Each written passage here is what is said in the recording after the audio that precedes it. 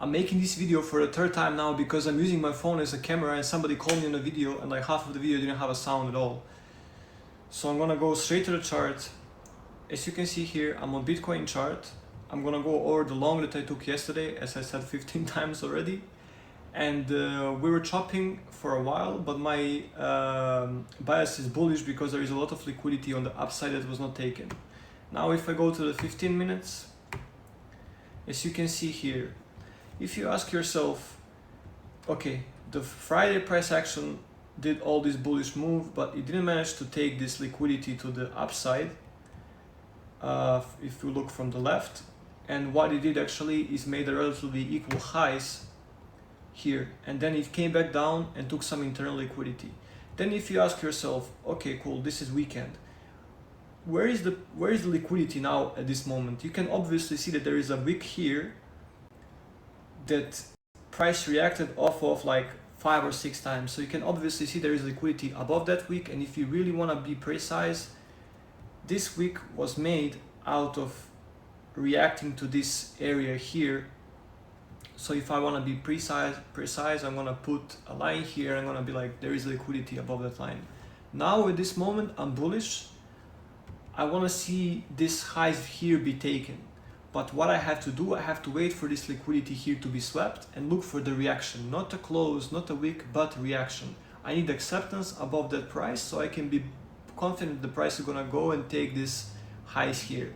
Now if I let this thing play out, you're gonna see that boom, we went and we swept the liquidity, but what happened? We had a rejection. So this first candle is rejecting. It doesn't look good because if you're still bullish, you're like, I want to see acceptance above. Let me print one more candle. Next candle, still we're rejecting from that area. Next candle, still we're rejecting from that area, and then we start going lower, and then eventually we come and we retest this area, and then we start going lower. Now my long is out of picture. Yeah, I'm still bullish overall, but like obviously the market doesn't want to go up straight away. It wants to grab some liquidity internally so you can have enough fuel to go and grab that liquidity to the upside. I think I know this price action by heart now already, how many times I tried to make this video. So the price is going down now, and then boom. I'm looking for what's price gonna do now until, let me see, this point here. Okay, boom. I can see here some displacement bullish candles. Now if you do a lot of backtesting, if you go and zoom out here, you will realize that usually this first order block before the last leg down is gonna act like an area that's gonna be either resistance or a support. So price would usually go above it, close, and then go bullish. That will be a confirmation that we're gonna go up, or it will go react as resistance and leave some liquidity on top of it. In this area here, as you can see, we had a strong close above. Now I have to go back and look on the left side, and I'm like, okay, the price here reacted off of this area here. And then I have to ask myself, is this valid point of interest for me so I can just enter along here? I'm like, not really, because yeah, there is this order block here or wick or whatever you want to call it that even caused this bullish move to the upside, but for me this is not enough. Like usually I like to trade off of liquidity sweeps and stuff, so I'm like, okay, let me wait a few more candles to see what's gonna happen. So at this time here I play next candle, and boom, we came back to the range. And then if I play next candle, boom, we came back below this low. And this is amazing now because now I have some information I can work with. So what can I confidently say now? That when this area here was taken and we had a close above, I can confidently say that buyers here were induced.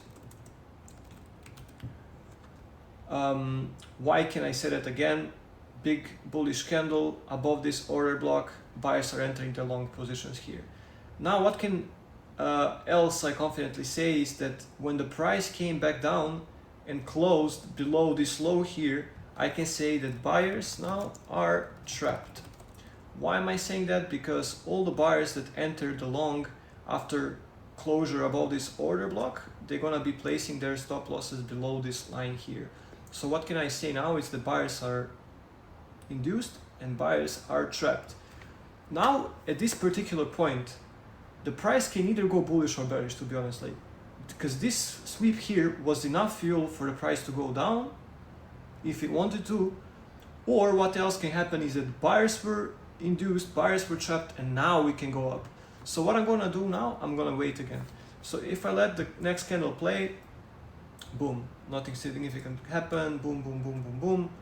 I play a few more candles, and boom.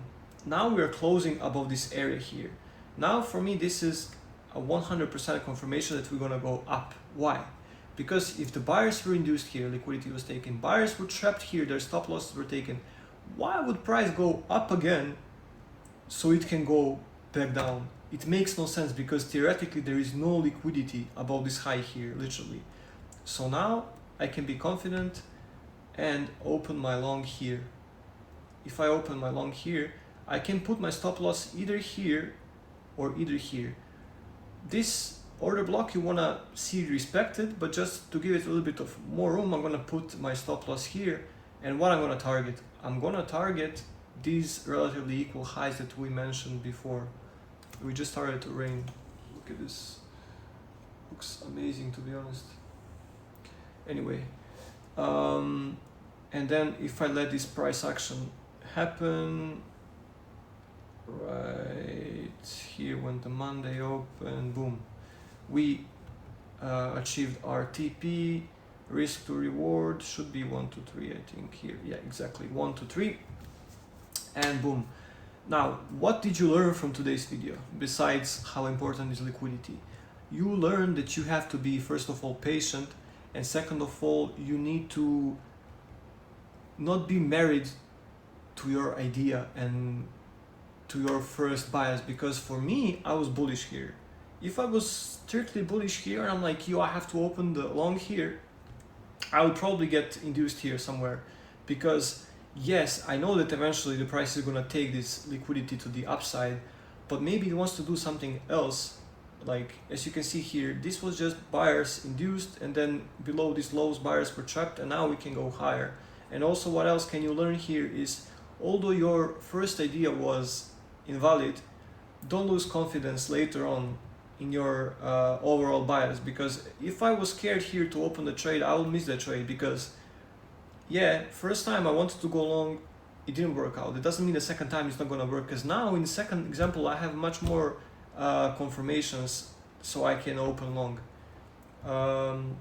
So yeah, I think that's it for today's video. If you look at the price action right now, we came back down, came back up again, and now the London is open. It's currently Monday today, so let's see when this Asian high gets swept, what the price is gonna do. Hope you learned something from this video. I see you in the next video as well. Please subscribe, like, or whatever you wanna do, and take care. Yeah.